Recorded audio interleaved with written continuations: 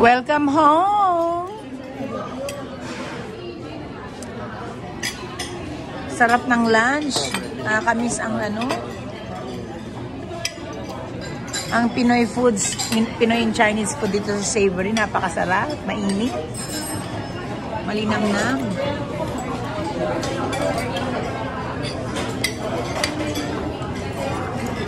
Nandito kami sa loob ng Santa Lucia Mall dito sa Cainta.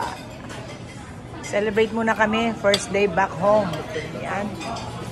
Sunday ngayon, di ba? Perfect timing, Sunday. Hindi ko na maalala. Hindi ko na na-check ang kalendaryo. Okay, ano po, enjoy lang kami. Kain lang kayo dyan.